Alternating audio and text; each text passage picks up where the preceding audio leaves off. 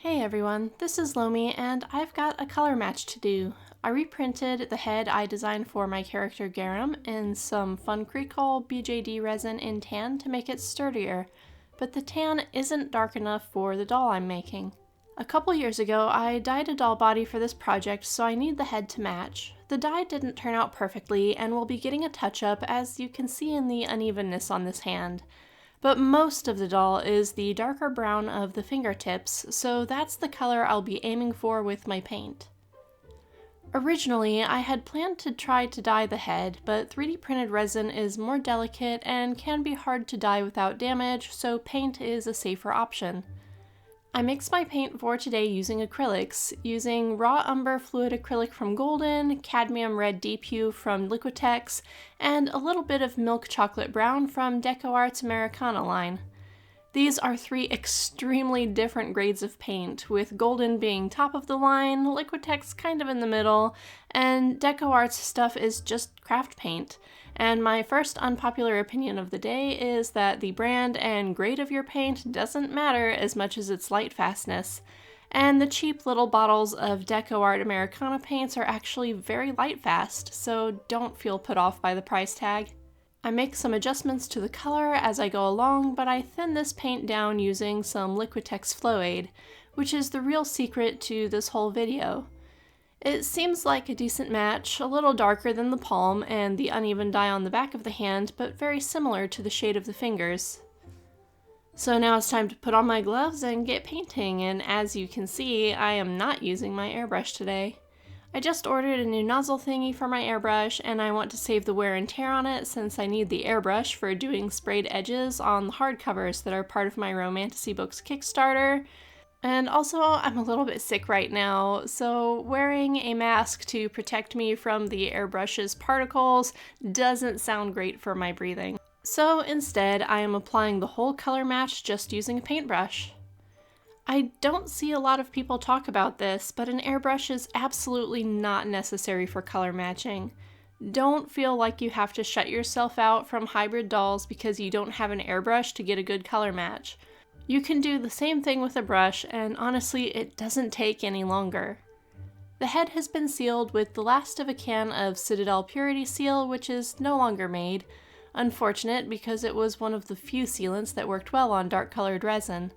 My can seemed to have expired because the sealant went on the head with some heavy texture, but it's kind of a happy accident because it just means he has some very nice skin texturing to paint on now.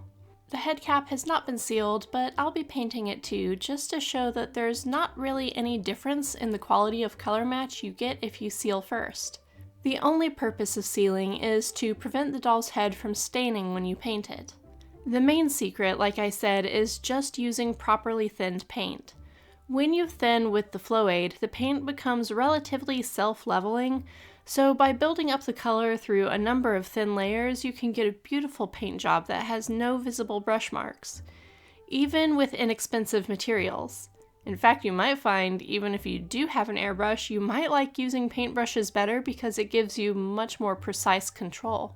The biggest things you want to look out for are runs and drips where your paint has gone on too heavy, but the Flow Aid prevents it from drying too fast, which means you have the ability to go back over places several times to clean up drippy edges and places around ears and lips where paint tends to pool. I often use Flow Aid as a thinner for paint in my airbrush as well because it helps prevent dry tip, so that means it's not any slower to do it by brush. Maybe even a little faster to do it by brush because the paint doesn't have to be quite as thin as what you'd need for an airbrush. While you want airbrush paint to be about the consistency of 2% milk so that it leaves a film on the walls when you swirl it in a mixing cup, paint applied by brush can be a little thicker. More like, I don't know, chocolate milk? The thick store-bought kind?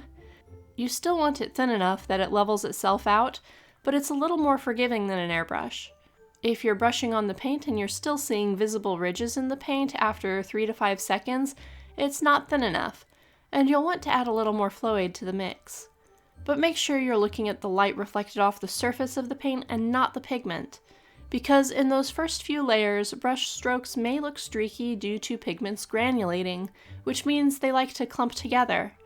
So work in a bright place where you can tilt your doll parts this way and that to observe the light reflections and see if it's really ridges or if it's just granulating paint.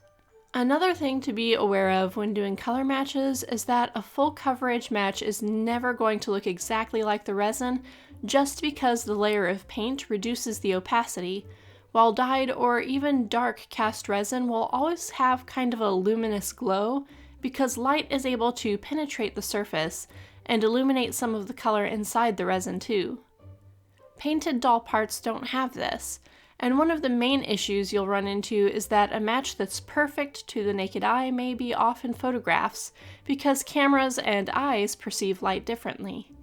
So where Garam's painted head is a perfect color match to the naked eye, he does appear a little bit darker than the doll's fingertips on camera because it doesn't have that same translucent glow that the dyed resin hand has.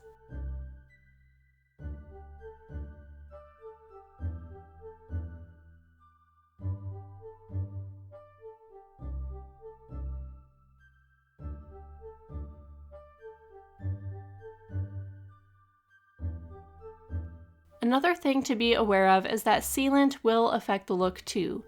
Since I couldn't use Purity Seal on top of this color match, I had to use UV Cut Mr. Super Clear, which is notoriously bad for making dark colors a little ashy. You can see that the few spots I touch up, which dry very quickly, end up looking a little redder and more saturated on top of that sealant. A sealant with a very matte texture like this can also make colors look substantially darker than they are. I'll probably use a satin sealant for this doll's face up to restore kind of a dewy look that will turn out better in photos, as it will let more of the lighter, redder tones in the paint show through. Overall though, I'll need to decide between what looks good in person versus what looks good on camera, and I usually go for what looks best to the eye because I can always color correct photos. That's what I've gone with here, and once he has a face-up and a satin sealant on him, the color difference on camera won't be so stark. But I'll probably always need to make some adjustments to get him to look as good in photos as he does to me in person.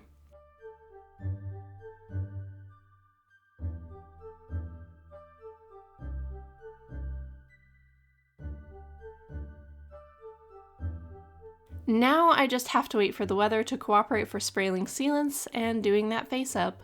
That's all for today though. Thanks for watching. Bye.